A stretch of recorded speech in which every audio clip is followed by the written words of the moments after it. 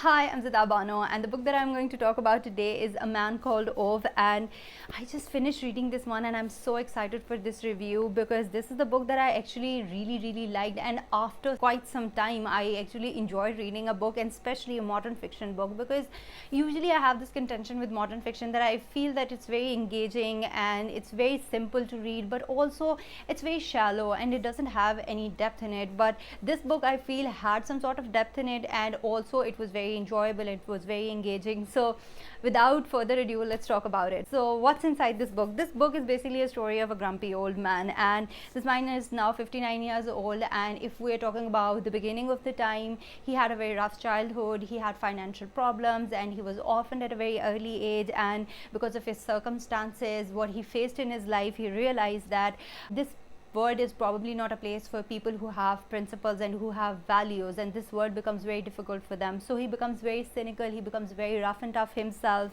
Then after his retirement, he realizes that there is no purpose in his life and his life is just now meaningless, so he wants to commit suicide. But what happens next is there is a family who moves next door, and there are a lot of events that starts happening after that. There is a cat who starts living with him, and there are different people who starts entangling him in different affairs, so his suicide plan is delayed. And if these people weren't there or these events weren't happening, he would have probably committed suicide in the very first chapter. But yeah, this is what this book is about. When I was reading this, I was thinking about just one thing only, and that was that I remember watching a movie called Gran Torino, and when I watched that movie, I really enjoyed that movie. And the movie had a very similar storyline. There was a man who was grumpy, he was old, he was retired, and then there were neighbors who moved next door, and he gets entangled with their life, but it has a sad ending. And fortunately, this book does not have a sad ending.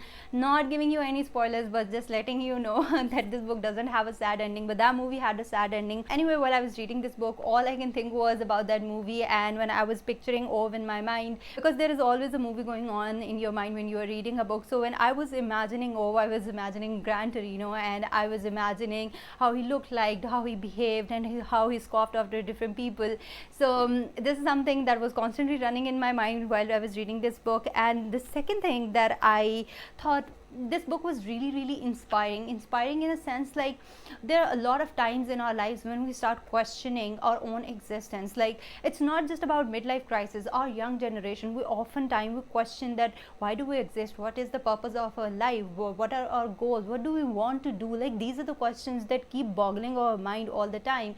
And when I was reading this book, I was just viewing the world through his lenses, and I understood that because of the story, as I told you that before, that he starts getting entangled in different people affairs, so he was actually helping those people. And while I was reading this book, I realized that, you know, the purpose of life is to actually live for other people. It's actually to try to help other people. It's actually to form a place in this society where everybody else starts needing you, and then you have a purpose in your life. So this was very inspirational for me. This is the kind of thoughts that I never had. I always thought what I'm doing in life, what is the purpose, and etc, but I wasn't able to think positively about it. But after reading this book inculcated a lot of positivity in me. So that's what I really appreciated in this book. And lastly, one more thing about this book is that if you're reading this book and if you know the basic story of this book, like you understand the personality of Ove and you understand what he's been through, then there are standalone chapters, as in, like, there is one chapter about one person or one affair that Ove is handling. For example, I will just tell you the name of a chapter so you understand what I'm saying. So the name of the chapter is A Man Who Was Ove and One Day He Had Enough. So it was just a story when I don't want to tell the story. And again, if you understand Ove's personality, his inclination and dispositions, then these are the standalone chapters. There is just complete story within that chapter, and that makes this book much more engaging, and you don't have to read it all at once if you're a beginner reader. So do I recommend this book, and who do I recommend this book to? Yes, I definitely do recommend this book. I think this book is very beginner friendly. The language is very simple, and also, as I said 100 times in this video, that this book is really engaging. Again, there are small stories within the stories, so you keep on just reading that. And not just that, I think this book is great for someone who's questioning his own existence, someone who's from my generation, or someone who's just hit by a midlife crisis. I think this book is definitely going going to give you a lot of inspiration, and not just inspiration, but this book will also make you understand that you need to create your own space, you need to create your own purpose, and you need to give society something. You just can't take things from society, you have to give society something as well.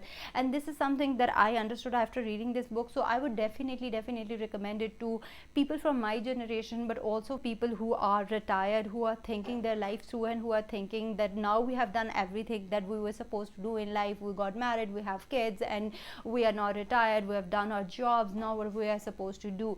I think this book would be a very entertaining yet very eye-opening read for them. So I would definitely recommend it to them, but also again I would recommend it to beginners, I would recommend it to teenagers, I would recommend it to adults, and I would recommend it to people who are hit by midlife crisis. So yeah, that's about it. See you next time with another book.